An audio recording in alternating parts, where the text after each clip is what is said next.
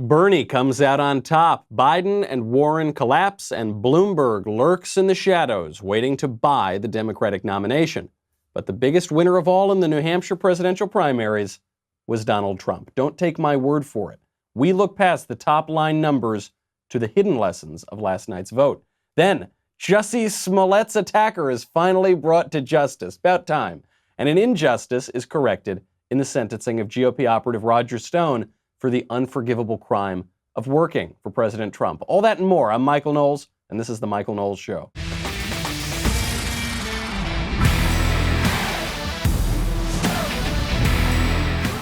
Hoo boy, do we have a lot to get to out of New Hampshire last night. I feel we could do 7 or 8 hours on New Hampshire, but we don't have that much time, so we've got to get to it. Before that, I've got to thank our friends over at Raycon.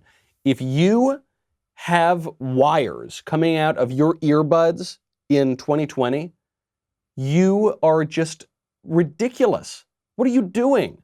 Okay, boomer, that's fine. Nobody should have those wires coming out of their earbuds. You know about Raycon earbuds. They start about half the price of any other premium wireless earbuds on the market. And they sound just as amazing as all the other top audio brands that you know. The latest model from Raycon is their best one yet. It has 6 hours of playtime, seamless Bluetooth pairing, more bass, a more compact design that gives you a nice noise-isolating fit. And it fits in properly. It's not just a one-size-fits-all kind of thing. Really an incredible product. Raycon is for the pros. I'm telling you, just get them. Just go get them, okay? Now's the time to get the latest and greatest from Raycon. Get 15% off your order at buyraycon.com/Knowles, Knowles. That's buyraycon.com/Knowles for 15% off Raycon wireless earbuds. Stop what you are doing once you finish listening to this podcast, and then go to buyraycon.com/Knowles, Knowles. All right, lots of news out of New Hampshire last night. The final count. Who knows if it's really the final count? They change these things all the time. Bernie is on top. Bernie Sanders, followed by Pete Buttigieg, followed by Amy Klobuchar, who got a ton of momentum coming out of Iowa and out of the last debate, followed by poor Elizabeth Warren, followed pathetically by Joe Biden, who is only slightly above Tom Steyer, a guy whose name you probably haven't heard of, and you might remember him from his silly ties from the debates, followed by Tulsi Gabbard, who's currently suing Hillary Clinton. So, not a good place for Biden. And that doesn't even tell the whole story. Obviously, all those people got some votes, but all we really care about are the delegates, because determined by the number of votes you get in the primary, you then get a certain number of delegates, and the delegates are what you bring with you to the convention to figure out who the nominee is going to be. By the delegate count, Bernie and Pete Buttigieg probably are going to get the same number of delegates. Looks like they both got 9 delegates, and Amy Klobuchar is getting 6 delegates, and then Elizabeth Warren, 0 delegates, Biden, 0 delegates, Steyer, Tulsi, 0 delegates, right? So these things can change as the final numbers come in. Let's get to a deeper level of analysis than that. That's like the top line analysis, right? On the top level, Bernie Sanders won, and his supporters are radicals, and that is scary, right? That's the top line. Bernie voters are on another level. Bernie campaign supporters are on another level. Bernie Sanders honeymooned in the Soviet Union, okay? When it looked like Bernie won, his supporters all came out in New Hampshire and they chanted about how a whole nother world is possible.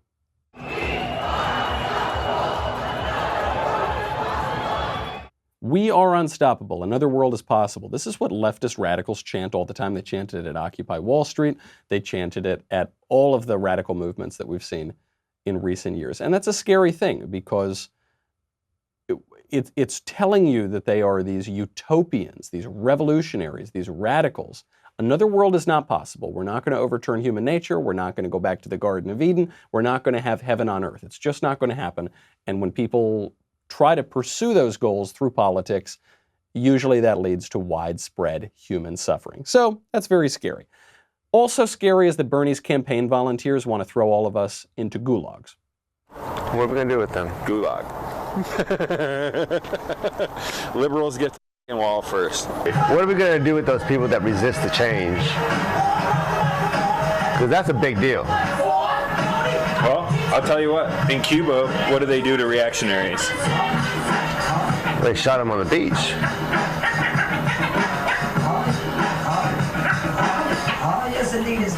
Do you want to fight against the revolution? You're going to die for it, motherfucker. There it is. That's a guy who works for the Bernie Sanders campaign and apparently still works for the Bernie Sanders campaign. James O'Keefe released that video of the guy saying, yeah, they're getting the gulag, they're getting the wall. And apparently he still works for them. So that's pretty scary that a campaign of that kind of radicalism won. Okay. The good news is that this probably finished off the other radical who was in the race, which is Elizabeth Warren. Liz Warren needed to do well in New Hampshire. Liz Warren is from Massachusetts. Massachusetts candidates need to do well in New Hampshire. Right over there, their neighbor in the Northeast. And she didn't. She did really badly in New Hampshire. She bombed in Iowa. She bombed in New Hampshire. It's not looking good in upcoming states. At this point, probably Liz Warren is running a zombie campaign, and Trump took the opportunity to spike the football. I loved of all the tweets he sent out yesterday, he sent out a lot of really funny tweets. This is my favorite one. Quote, Elizabeth Warren, sometimes referred to as Pocahontas, is having a really bad night. I think she is sending signals that she wants out. Calling for unity is her way of getting there, going home and having a nice cold beer with her husband. He's referring to that really cringe-inducing social media video where Liz Warren pretended to be a regular old gal and she had what I assume was her first sip of beer ever. And then she very awkwardly hugged her husband and said, thank you for being here in their own home. Everything about it was very, very bizarre. And of course, Trump is just absolutely rubbing salt into that wound. Is saying Liz Warren is sometimes referred to as Pocahontas, mostly by him. And he's got these little puns in here. She's sending signals, like she's sending smoke signals. And it's just a really, really funny way of enjoying the last days of her campaign. The other good news for people who are worried about the socialist ascendancy in America here, who are looking at the rise of Bernie in 2016 and now in 2020 in these states and saying, oh my gosh, this one of the two major political parties in the US is actually embracing socialism. This is so scary. Young people are embracing socialism. How did we get to this point? The other good news is that the fake moderate, he's not really a moderate, but at least he's running right now as a moderate, Pete Buttigieg, basically tied Bernie Sanders. He won slightly fewer votes, probably won the same number of delegates. This happened in Iowa. In Iowa, Bernie Sanders got more votes than Pete Buttigieg, and yet Pete Buttigieg got more delegates. That's just the way the nominating process works. The other good news about that you've now got this radical and this fake moderate who are pretty much tied. The good news about that is that fake moderate Pete Buttigieg has a 0% chance of beating Donald Trump in November. 0%, not 10%, not 5%, a 0% chance. Pete Buttigieg is a small town mayor. He has zero accomplishments. He's never done anything. He has, crucially, a bad reputation on racial issues, which will kill you in any party, but certainly in the identity politics obsessed Democratic Party today, having any whiff of a bad reputation on race politics, not very good. And this is the politically incorrect thing to say, his sexual preferences are going to hurt him, if not make him unelectable as a Democrat in 2020. You're not supposed to point that out, and yet it's true. Don't take my word for it. Even the New York Times is admitting that. We'll get to that in a second. First, I got to thank our friends over at Ancestry. It's very cool to understand your ancestry. I've always been really interested in this. My grandfather, when he retired, did a lot of genealogical research. I found out on my father's side, I've got 4 ancestors on the Mayflower, found out these very cool stories about them. Like, for instance, one of them was a pilgrim and the rest were pretty much complete degenerates. You can learn those kind of stories through Ancestry, building out your family tree. And now with Ancestry DNA, you can reveal your ethnic origins. You can get historical details that bring unique family stories to life. Ancestry DNA doesn't just tell you which countries your family's from.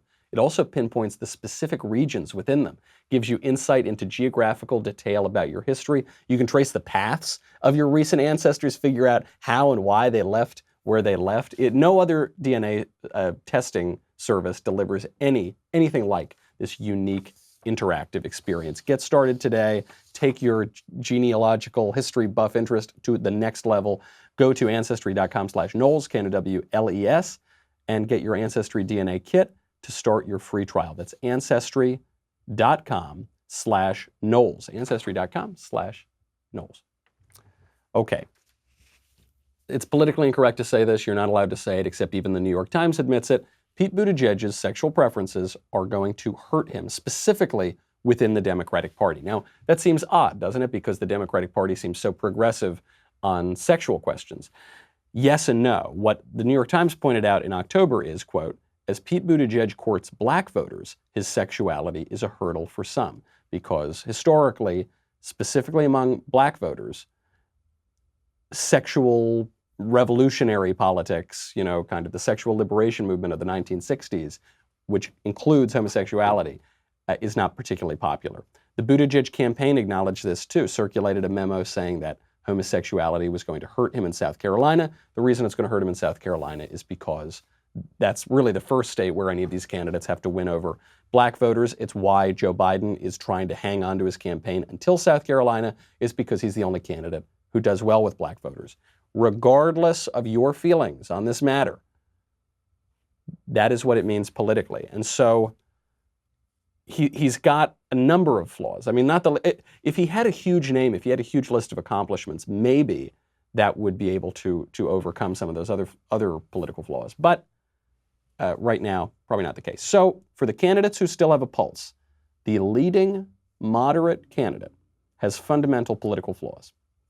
Buttigieg is such a weak, moderate frontrunner that Amy Klobuchar in New Hampshire jumped to third place simply by not being completely insane, which is high praise in the 2020 Democratic primary.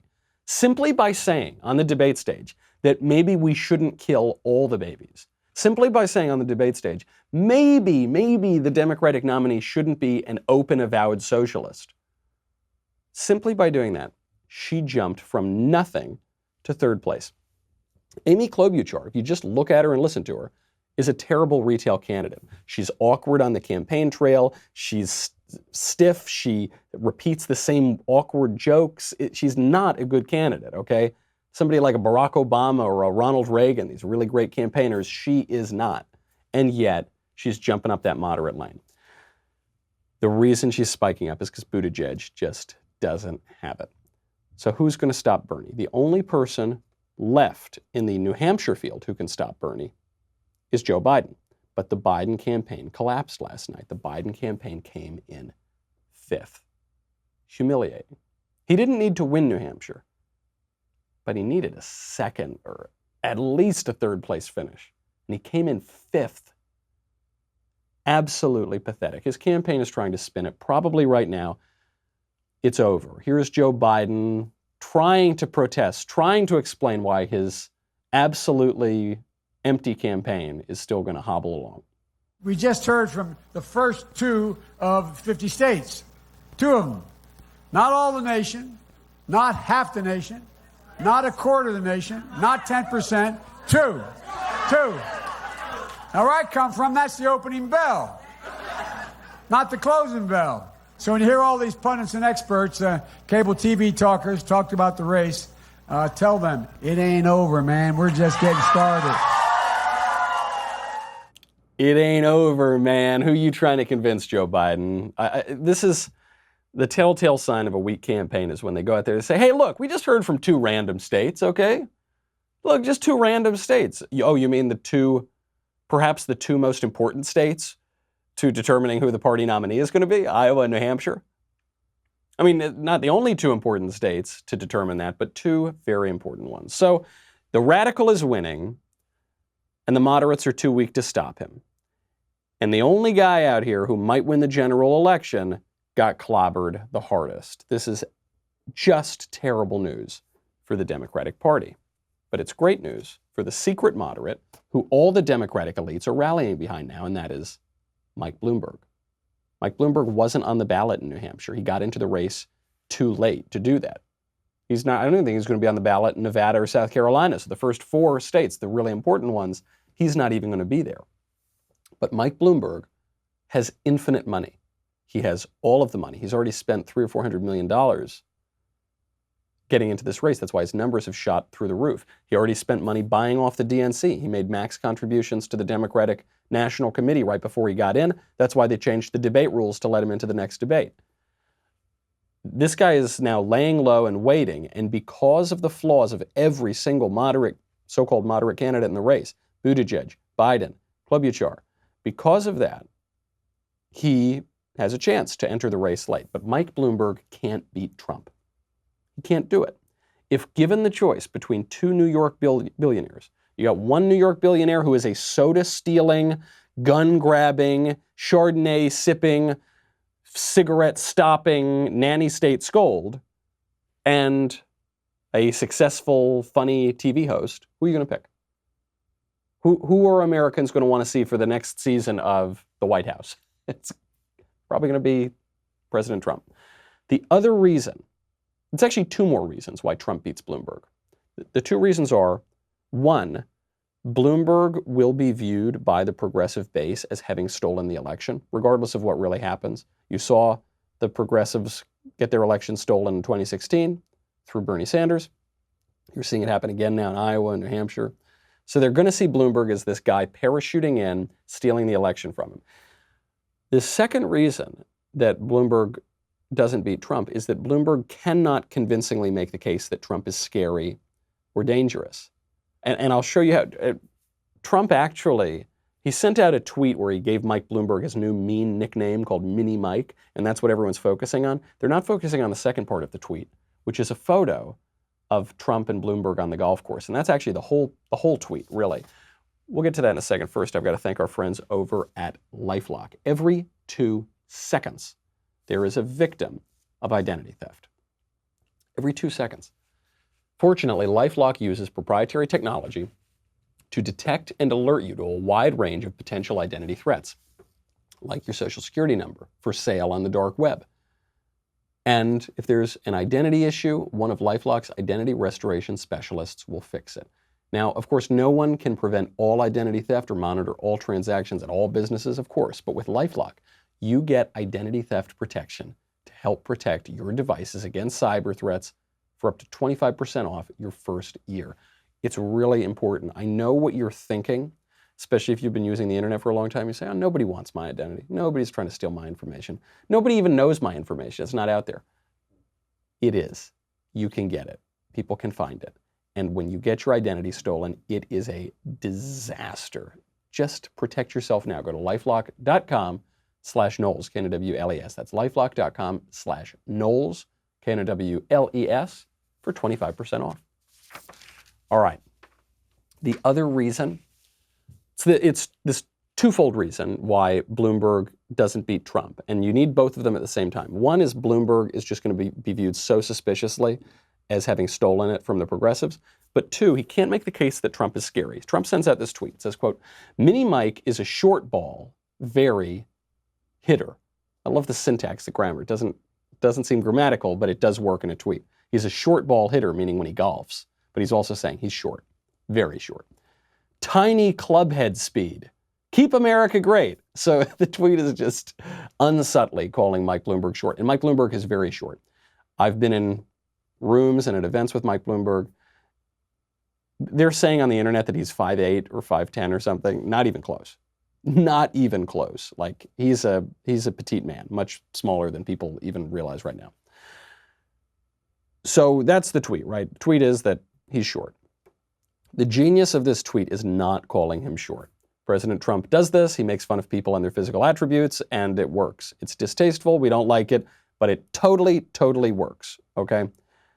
And maybe that's just where we are in 2020. That's not the genius, though. Giving him a nickname, okay, he was obviously going to do that. The genius of the tweet is showing that Mike Bloomberg and President Trump have golfed together, I think on multiple occasions. The genius of the tweet is showing that Mike Bloomberg doesn't really think Trump is scary. Mike Bloomberg was palling around with Trump just a little while ago. It's actually one of the reasons that Hillary Clinton couldn't really make the case that Trump is so scary is because Hillary Clinton went to his wedding. Right? It's that they kind of palled around. She asked him for donations. It totally blunted the attack that Trump is Hitler, Trump is a Nazi, Trump is a fascist, right? Well, if he's a fascist, why are you playing golf with him? Why are you going to his wedding?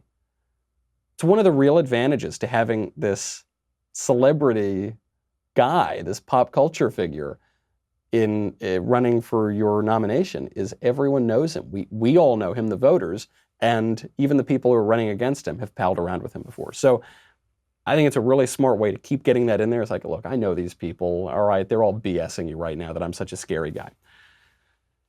So that pretty much damages all of the candidates who were in New Hampshire and even a candidate who wasn't in New Hampshire. Who won? Bernie did fine, but he effectively tied with Buttigieg. Buttigieg, Warren, and Klobuchar can't win a general election. Joe Biden can't win the primary. Bloomberg, I strongly suspect, cannot rally that progressive Bernie base around him or beat Trump. So it looks pretty good. Looks like President Trump did very well in New Hampshire. But you don't need to take my word for it. Obviously, look, I think the president's doing a good job. I support him. So I want to make sure that I'm not just looking at this through the lens of my preferences or wishful thinking. But you can look at the exit polls, and it all seems to back this up. Okay, the numbers from the exit polling showed that turnout was down from 2016. Like, in some cases, significantly down. But Trump won in 2016. So if the way that Democrats win this time is for turnout to be way up and enthusiasm to be way up, and all those people who stayed home in 2016 because they hated Hillary Clinton, they're going to turn out to the polls this time, right? Because they hate Trump so much. Except that's not what we're seeing. If this is a referendum on Donald Trump's going to win.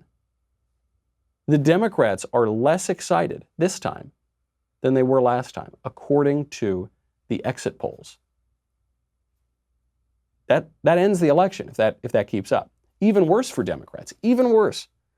Turnout is especially down among young voters. So one of the arguments you hear from people who say that Trump isn't going to get reelected or they're Democrats, they don't like Trump, they'll say, look, the reason Trump's going to lose this time is because all the young people are going to turn out. There's going to be so many more young voters this year, just in terms of voter eligibility and enthusiasm to go vote, that Trump's going to get clobbered. Well, that doesn't seem to be what's borne out by the exit polls.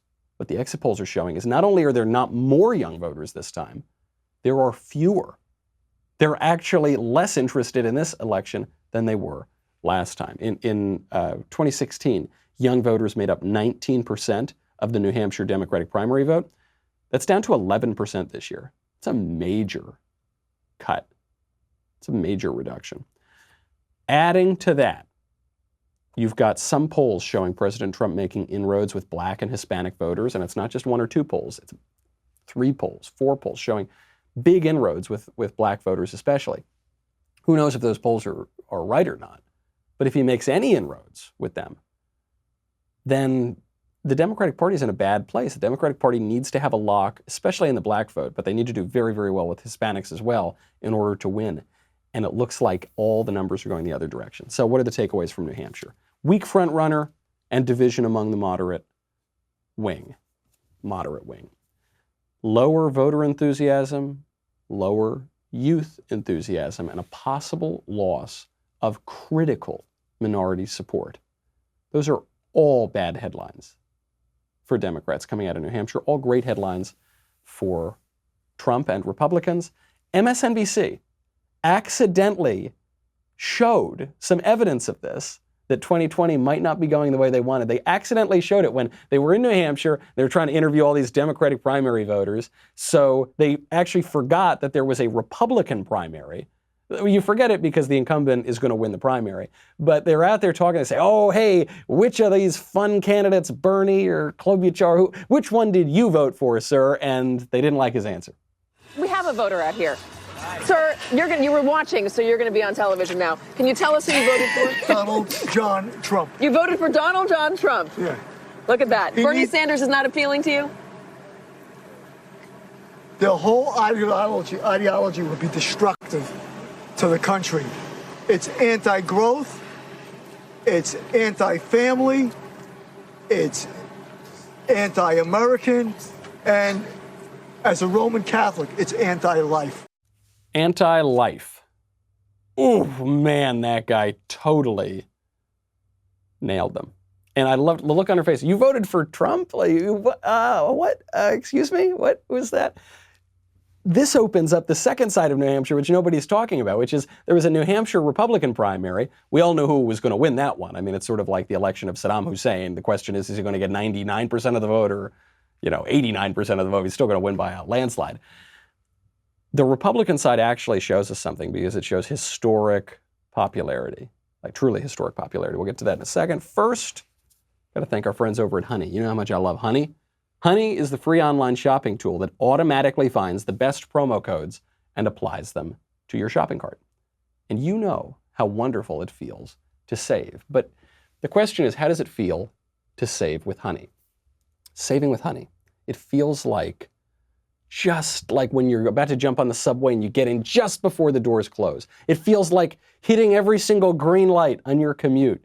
It feels like finishing up your favorite episode of this very podcast just as you're about to walk in the door to work. It feels so good because what Honey does, I've been using Honey since before the Daily Wire existed. It gives you the best prices anywhere. You don't need to search it. You don't need to find those coupon codes. It just gets it to you. It tells you how the prices have been changing. It's an amazing browser extension. Honey supports over 30,000 stores online. Stores like Macy's, Target, Sephora, Best Buy, way more. Just go do it right now. Honey is an amazing browser extension.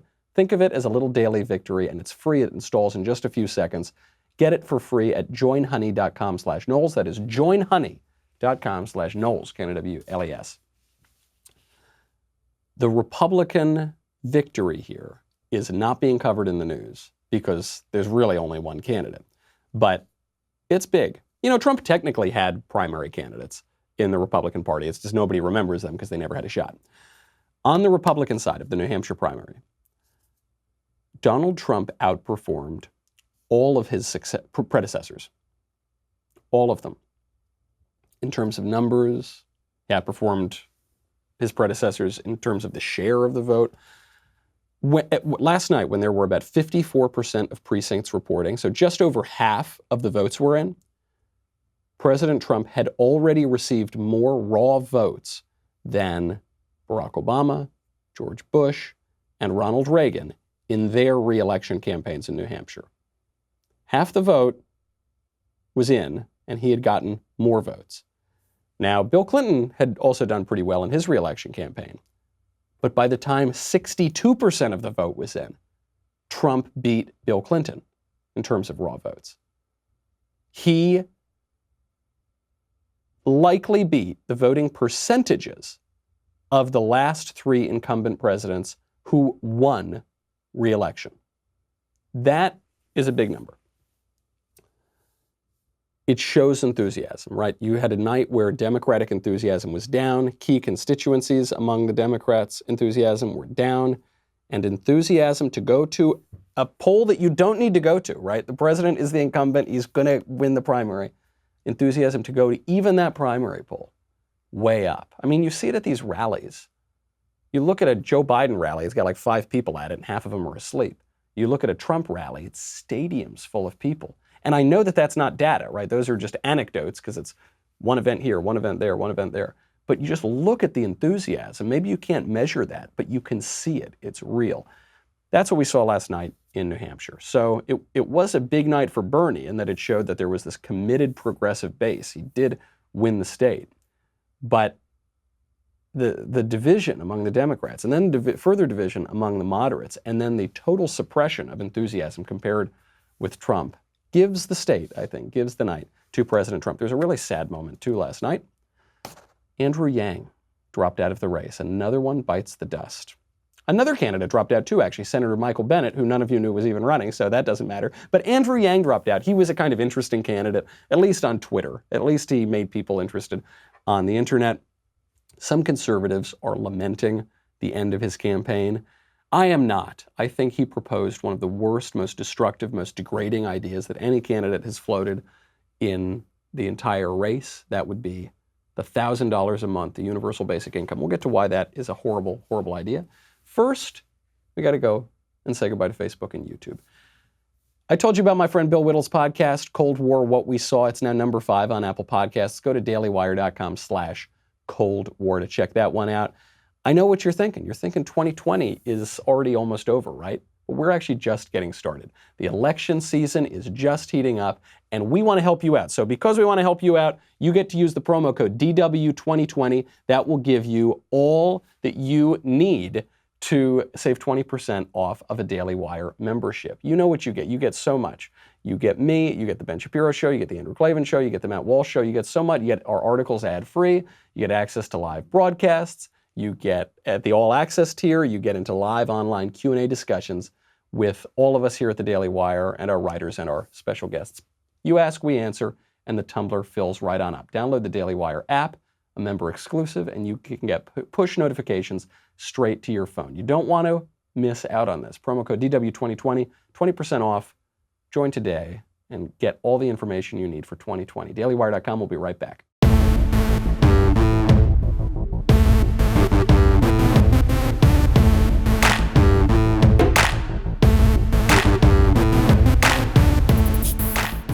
Andrew Yang dropped out. The Yang gang is over.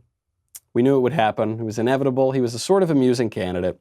But I wanted to take a moment to stomp on the grave of the Yang campaign, because I think some conservatives are taking their amusement with the Yang campaign too far, or their pleasure that he's a sort of nice seeming guy too far.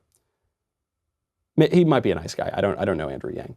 I don't particularly care if he's a nice guy. What he was proposing as a candidate was one of the worst ideas that any candidate was floating in the race. His idea, the only actual idea that his campaign had, was to buy votes. It was to pay people $1,000 a month, pay everybody $1,000 a month, buy their vote, and that's it. It's so insidious. It's such a wicked, anti-American, anti-human, and degrading idea that I just want to stomp it out. It's called the Universal Basic Income. There are different versions of this. He called his the freedom dividend. The idea being, we're a really rich country, so let's take money from some people and give everyone $1,000 a month. Now, the good version, or the better version of this proposal, is that you're going to eliminate the entire welfare state. All the entitlement programs are gone, and then you're going to pay people $1,000 a month, and then that'll be really good. You'll save money, people get to choose how to spend their money, and everybody wins, right? No, everybody doesn't win, everybody loses. First of all, the numbers don't work. You can't actually eliminate the welfare state and offset that by paying people $1,000 a month. Even if you could, it's politically impossible, because the whole point of the welfare state is that we're not going to have people dying in the streets in a civilized country. So you give everybody $1,000 a month. We know that the poor will always be with us. We know that people will always make irresponsible decisions with their money, at least some portion of people. And so some people are going to blow through that $1,000 a month. Then what? They're going to need more assistance. Are we going to tell them, tough luck, too bad? Live on the street, hope you do well? No, nobody's going to do that. Only in the wildest fever dreams of libertarian teenagers does anybody actually say, sorry, Buster, you're out of luck. So what you would really get is you pay everybody $1,000 a month and you still have the welfare and entitlement state. Politically, it's impossible to change that. Even if you could, it would still be a wicked, evil, degrading, destructive system, because you are then making welfare dependence out of every single American. You are getting every single American hooked on the government dole.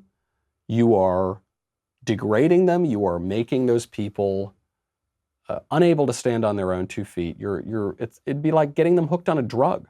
You're just slowly getting them hooked on that drug. And the government, as Ronald Reagan said very rightly, the government that is big enough to give you everything you want is big enough to take away everything you have. When the government is giving you a lot of money, that's not just a gift outright. That's not just a wonderful grace or manna from heaven. That is a means of political control. Because once you get comfortable with that 12 grand a year, then you're not going to want to lose it. When the government starts making demands of you in exchange for that 12 grand a year, you're going to have to do them. A horrible idea. I hope it's an idea that is dead. I hope it never comes back. And I'm very glad that the Andrew Yang campaign is over, even though I will miss the memes. The memes were very funny. When Andrew Yang dropped out, he made a very nice statement. Doesn't cover up for this terrible idea he had. Michael Bennet also dropped out, but nobody knows, so that's fine. There's some good news before we go. I have to talk about some good news for our criminal justice system, moving away from 2020 politics into the nuts and bolts of law and order. finally, after months and months of investigations, of great crack police work, we have caught Jussie Smollett's attacker. We caught him. Jussie Smollett's attacker is being brought to justice. And of course, Jussie Smollett's attacker is Jussie Smollett. Jussie Smollett is that actor from that show who pretended to get attacked in Chicago in the middle of the night by two MAGA hat wearing Trump supporters while he was holding his Subway sandwich. And the Trump supporters came up behind him and beat him up and put a noose around his neck and said, "This is MAGA country," because nothing says MAGA country like the South Side of Chicago. And nothing about this made any sense. For some reason, he still had the noose around his neck when the cops got there later. And for some reason, he was holding his Subway sandwich the entire time. So Smollett, then it turned out that it was actually Smollett's friends and trainers who he had paid off to stage the attack. And it turned out that they were Nigerian men. So probably not white supremacists. The trouble with this whole case is it just got swept under the rug. It looked like there were political favors called in.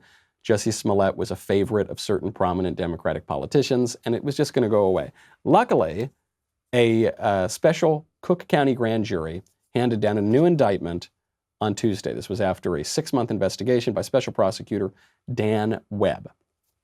The Special Prosecutor said in a statement that Smollett had filed 4 false police reports claiming that he was the victim of a hate crime. And that is certainly what happened. Quote, "The grand jury's investigation revealed that Smollett planned and participated in a staged hate crime attack and thereafter made numerous false statements to Chicago Police Department officers on multiple occasions, reporting a heinous hate crime that he, in fact, knew had not occurred." I'm very glad he's being brought to justice. It's very important. You know, in any criminal justice system, you need to have justice. We don't think about that anymore. We think that the whole purpose of the criminal justice system is to rehabilitate people. It's like therapy, basically. It's just another form of therapy that involves handcuffs. Or we think that the secondary purpose of the criminal justice system is to deter crime. Also a worthwhile goal. But the primary purpose is justice. Justice involves some punishment, not excessive punishment. I don't want to lock away Jussie Smollett and throw away the key. I don't think he should get capital punishment, right? That would be so excessive. That wouldn't be justice. But likewise, he should not get off the hook. Justice is the key, and we forget this. In the Federalist Papers, I'm going to be covering the Federalist Papers on the book club show, the show that I have at PragerU. That's going to be coming up in a little bit. I was just rereading them.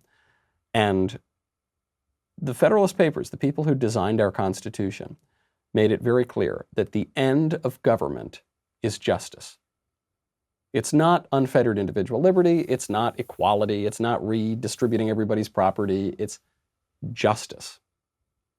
So what is justice? Well, it's giving to everybody what they deserve. It's a tricky balance.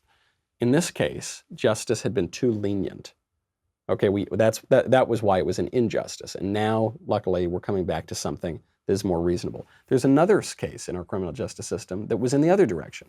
Roger Stone, a longtime GOP operative, he's kind of fashioned this image for himself as a dirty trickster.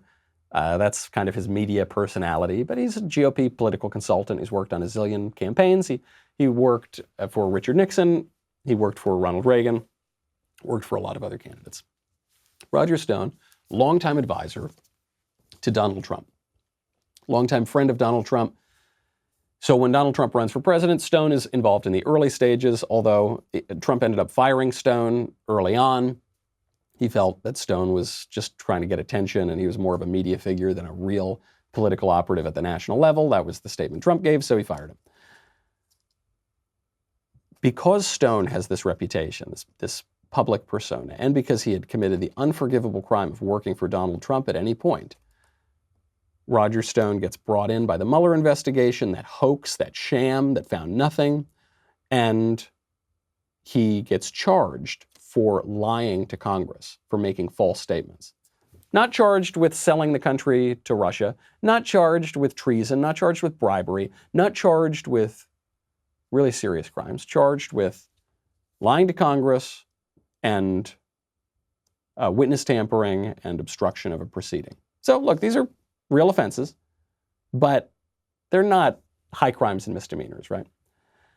So the prosecutors who were going after Roger Stone, who maybe had some political views of their own that were opposed to Roger Stone, they wanted to sentence this 70-year-old man to 9 years in prison because he worked for Trump, then he got caught up in this bogus, hoax, criminal investigation. I mean, when I say criminal investigation, I mean it was a crime that the damn investigation happened in the first place. This Mueller investigation, this Russia hoax. He gets caught up in that because he worked for Trump. And then he makes false statements during that investigation. And then they want to throw him in jail for 9 years, which is effectively the rest of his life, right? When you're 70 years old and you're going to prison for 9 years, that's it. Not a whole lot after that because they don't like him. I mean, that's really what this was about. So that's what the prosecutors wanted to do. The DOJ intervened. They said, this is ridiculous. What are you talking about? 9 years in prison? No way. So they said, you've got to reduce that sentencing, what you're asking for. And 4 prosecutors quit. And it's being portrayed in the mainstream media as though these prosecutors are the great defenders of law and order. Those prosecutors, good. I'm glad they quit. If any other prosecutors agree with them, they should quit too. Because that would have been a miscarriage of justice to throw Roger Stone in the clink for 9 years. For the rest of his life, you're effectively sentencing him to life in prison because of your bureaucratic hoax investigation that got him caught up in it and then he made false statements. I'm not saying Roger Stone should get off the hook completely. All right, he did commit some offenses here. He did make these false statements. So the only way he should get off the hook completely is if he gets a presidential pardon. I'm not saying the prosecutor should totally drop everything, but 9 years is excessive. Justice requires some balance. Justice requires understanding what people really deserve. Not being too harsh and excessive, but not being too lenient either. Also in the Federalist, I was reading one of the great lines of the whole Federalist Papers, the key document to understanding our Constitution. In it, the author writes, nothing can be, I'm paraphrasing, but roughly it says, nothing can be more foolish than founding our politics on arithmetical principles, meaning you can't just have a completely hard and fast scientific rule when we're talking about politics and government. You need to, it just requires too much understanding for that kind of rigid ideological precision. And in this case, if you stick to some the max sentence you can get for the guy, it's just as clearly unjust. And the DOJ recognized that. I think the whole Trump administration has kind of been realizing that. And I think it's terrific. Harsher sentence for Smollett, a lighter sentence for Roger Stone. Make sure justice is served in both, but make sure it's justice and not just political revenge. Before we get out of here, I've got to drive the point home about New Hampshire. Because I just want to make sure that I'm not overstating the case here, that it was such a bad night for Democrats. But I realized I'm not just because of the exit polling, not just because of that Trump voter that MSNBC accidentally found, not just because of the relative voter enthusiasm, but also on MSNBC. Chris Matthews, he came out and he said what I think a lot of Democrats are thinking, which is if this is how it all keeps up, Democrats are not going to win in 2020. They're regular center-left Democrats who are not angry about the rich. They just want to be secure in their own economy and their own lives and see their kids once in a while. If that's the case, Trump is going to be tough to beat. So I don't know. I think in either case, I think it's going to be tough to beat Trump. I don't know whether the Democratic Party's ideologically shifted as far to the progressive side as Bernie believes, I think it will. And I think that's the big question. You heard it from Chris Matthews, you heard it from New Hampshire voters, and you heard it here first. Be sure to come back tomorrow. I'm Michael Knowles. This is The Michael Knowles Show. I'll see you then.